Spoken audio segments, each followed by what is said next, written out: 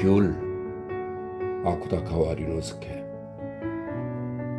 어느 흐린 겨울날의 해질녘이었다. 나는 요코스카발 상행성 2등 객차 구석에 앉아 멍하니 출발을 알리는 호각 소리를 기다리고 있었다. 벌써 전등이 켜진 객차 안에는 웬일인지 나 말고는 승객이 한 명도 없었다. 밖을 내다보니 어스름한 플랫폼에 오늘은 신기하게도 배웅하는 사람의 그림자가 보이지 않고 그저 케이지에 들어있는 강아지 한 마리가 이따금 슬픈 목소리로 지저댈 뿐이었다. 이는 그 당시의 내 기분과 이상하리만치 잘 어울리는 장면이었다. 내 머릿속에는 이루 말할 수 없는 피로와 권태가 금방이라도 눈이 쏟아지듯 찌푸린 하늘처럼 어둑한 그림자를 들이우고 있었다.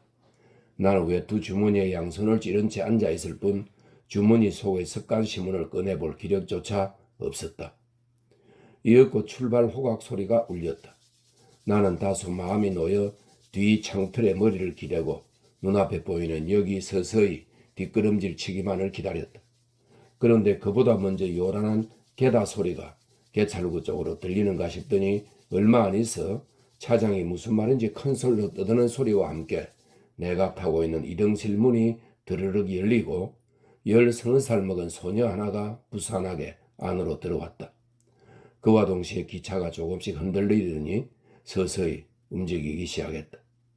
하나씩 눈앞의 장면을 가르며 지나가는 플랫폼의 기둥, 방치된 듯한 급수차, 그리고 열차에 탄 누군가에게 감사의 인사를 전하는 짐꾼, 이 모든 것은 창문으로 들이치는 매연 속으로 아쉬운 듯 뒤로 쓰러져 갔다. 나는 그제야 한숨 놓은 듯한 기분이 들어 담배에 불을 붙이며 무거운 눈꺼풀을 들어 처음으로 앞자리에 앉은 소녀의 얼굴을 헐껏 보았다. 소녀는 윤기 없는 머리를 털어올려 2초 가해시를 했고 썩 닦은 콧물 자국이며 다 터서 갈라진 양볼이 기분 나쁠 정도로 붉은 어디로 보나 시골뜨기 같은 소녀였다. 게다가 때가 낀 연두색 털실 목도리가 축 늘어져 있는 무릎 위에는 커다란 보퉁이가 있었다. 그 보퉁이를 걸어하는 동상 걸린 손에는 빨간색 3등 칸 열차표가 소중한 것이냥 꼭 쥐어 있었다. 나는 소녀의 천한 용모가 마음에 들지 않았다. 옷차림이 불결하다는 점도 불쾌했다. 마지막으로 2등석과 3등석의 구별조차 분간하지 못하는 우둔함이 괘씸했다. 담배에 불을 붙인 나는 한편으로는 소녀의 존재를 잊고 싶다는 마음도 있어서 이번에는 주머니에 들어있던 습관신문을 마구잡이로 무릎 위에 펼쳐놓고 읽었다. 그러자 그때 신문 지면을 비추던 외광이 갑자기 전등빛으로 바뀌었고 인쇄 상태가 나쁜 어떤 기사의 활자가 이상할 정도로 선명히 나의 눈앞에 떠올랐다. 말할 것도 없이 기차는 지금 요코스카선의 많은 터널 가운데 제일 첫 번째 터널로 들어갔던 것이다. 하지만 그 전등빛 아래의 신문 지면으로 눈을 돌려도 역시 나의 우울함을 위로하기 위해서인지 세상에는 너무도 평범한 사건들만 이어지고 있었다. 강화 문제, 결혼 광고, 직권 남용 사건, 사망 공고. 기차가 터널로 막 들어선 순간 나는 기차가 달리는 방향이 뒤바뀐 듯한 착각을 느끼며 삭막한 기사에서 기사로 거의 기계적으로 눈을 움직였다. 그러는 동안에도 물론 소녀가 마치 저속한 현실을 인간의 모습으로 표현해 놓은 것 같은 표정으로 내 앞에 앉아있다는 사실을 끊임없이 의식하지 않을 수 없었다. 이 터널 속의 기차와 이 시골뜨기 소녀와 그리고 이 평범한 기사에 매몰된 신문이 상징이 아니고 무엇이란 말인가? 불가해하고 저속하고 지루한 인생의 상징이 아니고서 무엇이란 말인가? 나는 모든 것이 시시해져서 읽던 신문을 내팽개치고 다시 창틀에 머리를 기대고는 죽은 듯 눈을 감고 꾸벅꾸벅 졸기 시작했다. 그러고 나서 얼마 지난 후였다. 문득 무언가에 위협당하는 듯한 기분이 들어 무의식 중에 주변을 둘러보니 어느새 아까 그 소녀가 앞자리에서 나의 옆으로 자리를 옮겨 열심히 창문을 열려고 하고 있었다. 그러나 무거운 유리창은 생각만큼 쉽사리 열리지 않는 듯 보였다. 온통 튼 뺨은 점점 더 빨개졌고 간간히 코를 들이마시는 소리가 작은 숨소리와 함께 조급하게 들렸다.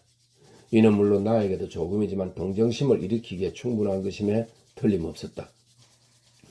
하지만 기차가 지금 막 터널 입구로 들어섰다는 사실은 해질녘의 어스름 속에 마른 풀만 밝게 보이는 양쪽의 사너리가 손에 닿을 듯 창가로 다가온 것만 봐도 금방 알 수 있는 일이었다. 그런데도 소녀는 일부러 닫아둔 창문을 내리려 한다. 그 이유를 나는 이해할 수 없었다. 아니, 나에게는 그저 소녀의 변덕 때문이라고 밖에 생각되지 않았다. 나는 마음속에 여전히 험한 감정을 쌓으며 저 동상 걸린 손으로 유리창을 열려고 악정고투하는 모습을 마치 그것이 영원히 성공하지 않기를 바라기라도 하듯 차가운 시선으로 바라보았다. 그러자 곧 무시무시한 소리를 내며 기차가 터널로 들어감과 동시에 소녀가 열려고 하던 유리창이 마침내 덜컥 하고 밑으로 내려갔다.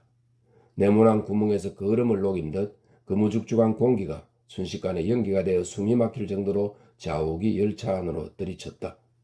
원래 목이 좋지 않던 나는 손수건으로 얼굴을 가릴 여유도 없이 그 연기를 온 얼굴로 맞은 덕분에 거의 숨도 못 쉴 만큼 계속 기침을 해댔다.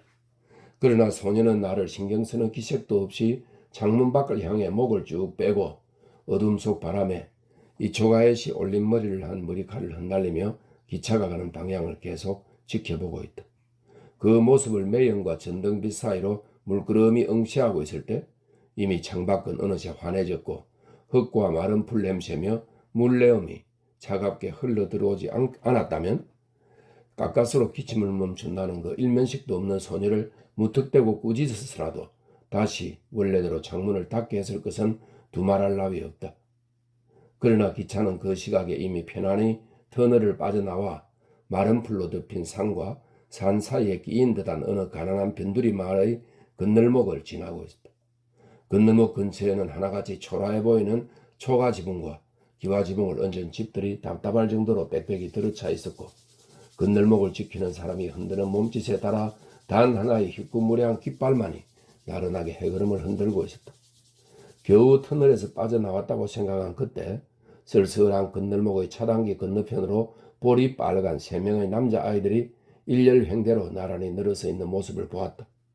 그 아이들은 모두 무겁게 구름 낀 하늘에 눌려 움츠러들었나 싶을 만큼 하나같이 키가 작았다. 그리고 또 이 변두리 마을의 어둡고 참혹한 풍경을 쏙 빼닮은 빛깔의 옷을 입고 있었다. 아이들은 기차가 지나는 것을 올려보다가 일제히 손을 들어 올리면서 귀여운 목소리로 의미를 알 수 없는 함성을 온 힘을 다해 터뜨렸다. 그러자 그 순간이었다. 창밖으로 상체를 내밀고 있던 그 소녀가 동상 걸린 손을 불쑥 내밀며 세차게 좌우로 흔드는가 싶더니 갑자기 가슴을 설레게 할 만큼 따뜻한 햇살빛으로 물든 귤 대여섯 개를 기차를 배웅하던 아이들 위로 후두둑 하고 집어던졌다. 나도 모르게 숨을 죽였다. 그리고 그 순간 전말을 이해했다. 아마도 남의 집 더부살이로 들어가는 길인 소녀는 짐 속에 가지고 있던 귤 몇 개를 창밖으로 던져서 일부러 건널목까지 배웅하러 나온 남동생들의 수고에 보답한 것이리라. 해질녘의 어스름한 변두리 마을 건널목과 어린 새처럼 소리를 지르던 새 아이와 그 위로 어지럽게 떨어지던 선명한 귤의 빛깔, 그 모든 것이 기차의 창밖으로 따뜻함을 느낄 겨를도 없이 지나가 버렸다. 하지만 내 마음속에는 애처로울 정도로 확실히 그 광경이 새겨졌다.